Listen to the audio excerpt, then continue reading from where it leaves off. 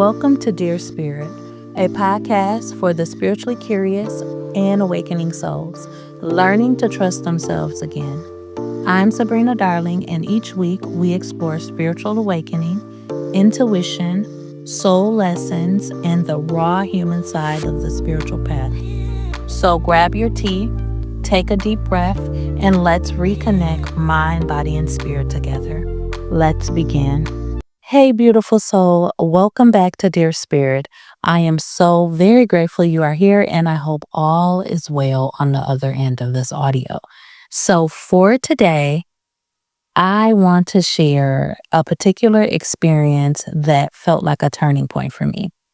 It wasn't anything that was like crazy dramatic, but I definitely feel it is worth talking about because there is such limited information available to us on this subject. I think it will be very beneficial to anyone out there who is kind of second guessing their intuition or wanting to strengthen it and receive clearer messages from spirit. Or even if you're like someone who ever wondered what a pineal chakra activation is, or you've experienced moments on your spiritual path where everything started to make just a little more sense, I think you would definitely be able to relate to this episode. So before we hop into it, I want to do an oracle card pull.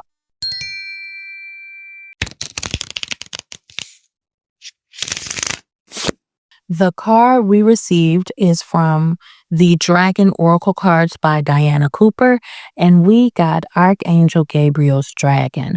So this card is all about purification through self-discipline, and it really emphasizes the importance of forgiveness, love, and respect for not only ourselves, but others as well.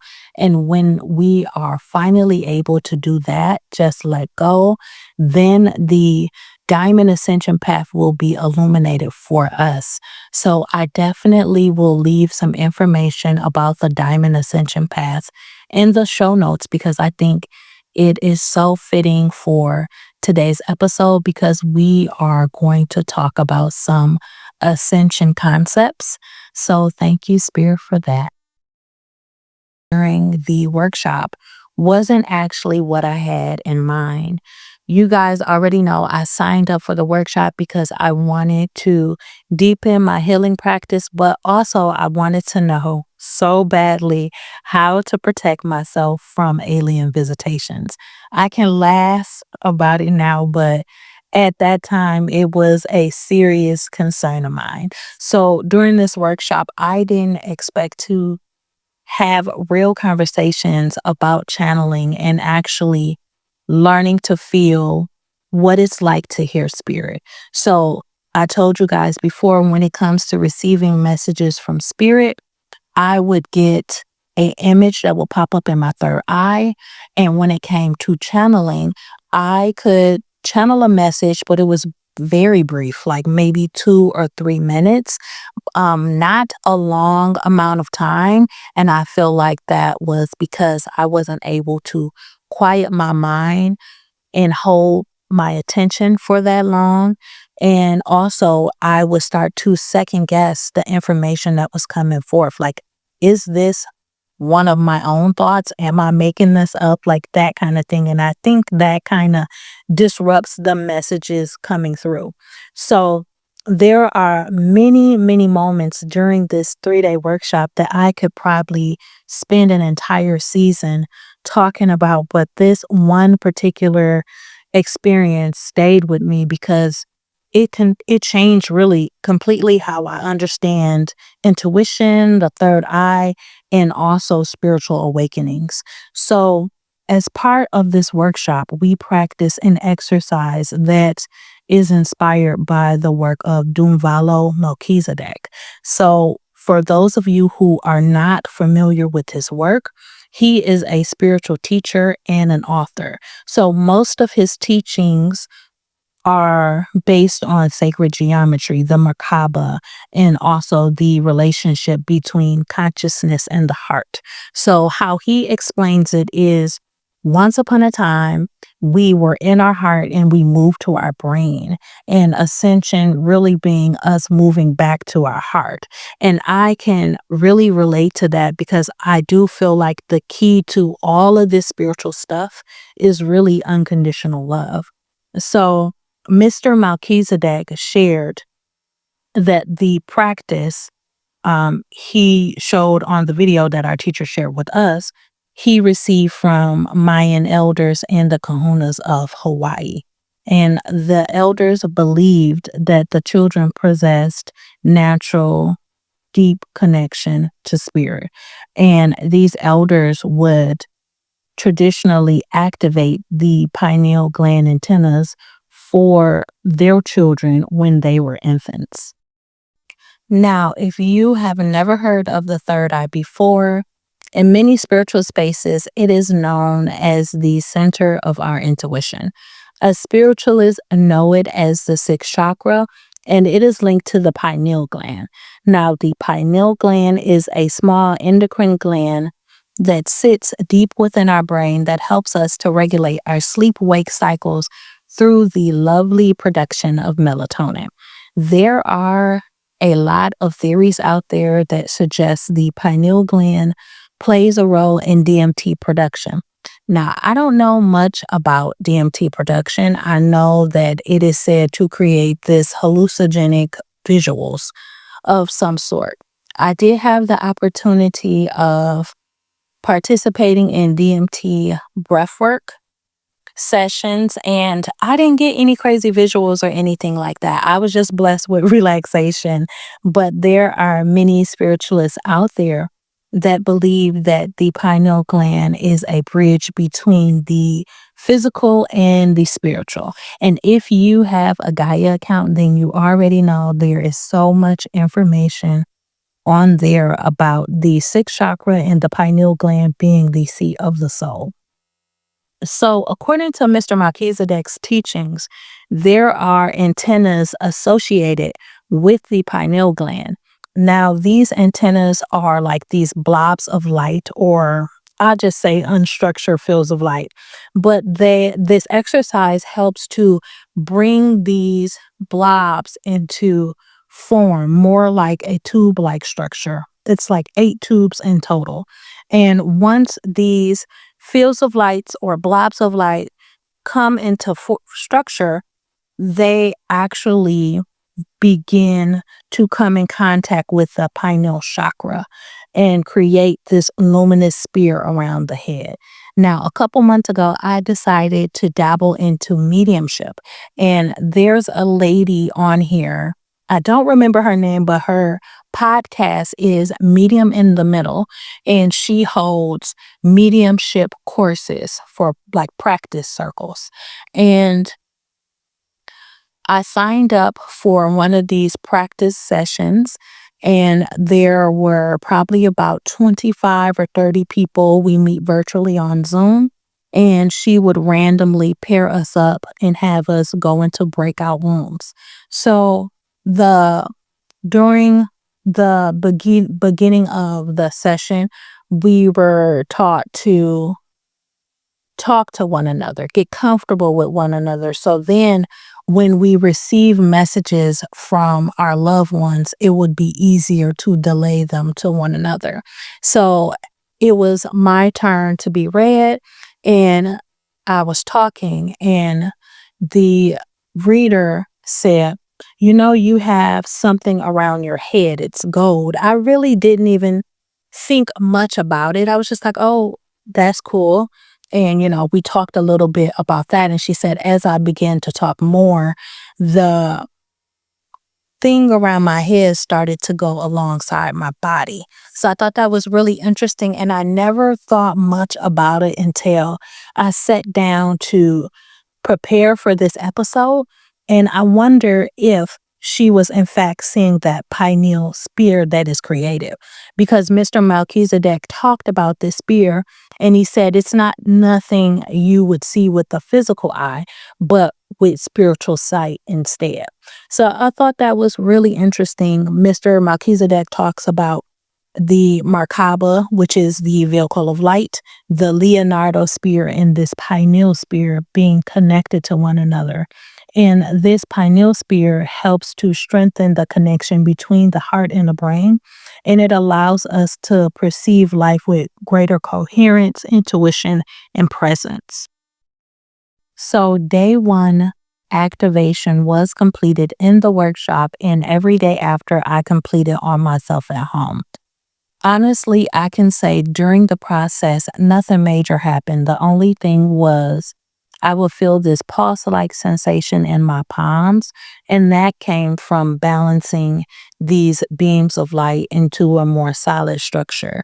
So, the first time I did it, I can feel the pulse sensation in my palm kind of be out of sync with one another. So balancing the beams is a very crucial step to this activation. But the more that you do it, the easier the process becomes.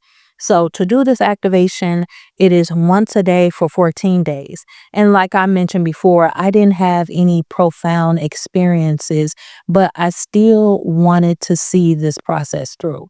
So after the 14th day, within a couple hours, something happened for the first time. I could actually hear spirit crystal clear. I'm talking about as if I picked up the phone and talked to a friend for hours. So I know Mr. Melchizedek gets a lot of negative talk online about a lot of his spiritual claims, but I can honestly say this activation that was shown to us was extremely powerful in clearing mental chatter and increasing intuition.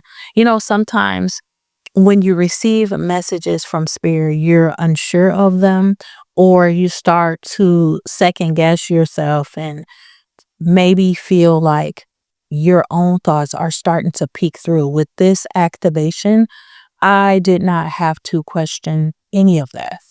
This wasn't your typical signs you receive from spirit where you get the gentle nudges or like a quick feeling or a passing of a thought. This was an actual conversation. And the voice that I heard, it wasn't loud or demanding. This voice was incredibly soft, gentle, and calm. And it was so gentle and calm that I couldn't even figure out if the being was masculine or feminine. It was completely beyond gender. I didn't know if I've shared this with you guys before, but every being, every living thing has an energetic signature to them. So when I am doing energy work, it is the first thing that stands out to me before something opens its mouth. There was no judgment from this being. It wasn't critical. There was no fear. It was just a lovely being that was understanding and very patient. So, what struck out to me the most was I felt as though this presence had been waiting a very long time for me to listen, like to actually quiet my mind so I can hear them. It was probably for hours. I think it was like 2, 3 in the morning at some point, and I kind of sighed, and that was so rude of me. But I was just like, like, cause I kind of got tired of talking and I wanted to go to bed. And I remember the being apologizing to me, and I corrected myself. I'm like, no, I'm sorry. And I was able to finally go to sleep. But there was such an excitement from this being and such warmthness that I felt. Um, I've never felt anything like it. It was such a beautiful experience. And even for several days after, this being would come and talk to me and give me guidance. It wasn't demanding at all, but just like little suggestions on like how to raise my vibrations and stuff like that. Or if I had a session with someone, tips on how to best connect with that person. Um, So it was a real incredible experience. I also want to be clear that I don't believe everyone who practices this activation obviously is not going to have the same experience, because I do have some friends who completed this activation who experiences vary from mine. But I feel like one of the reasons this activation worked so well for me was because not only did I have the 3-day workshop, which really focused on clearing out emotional debris. But also, when we did the activation, when we were balancing these beams, we used the Mahatma and Shabalan energy to help the whole process. So I feel like for me, it only amplified my experience. In the days that followed, I started to hear the sounds of drums. Rhythmic drumming, it was at the most random times of the day.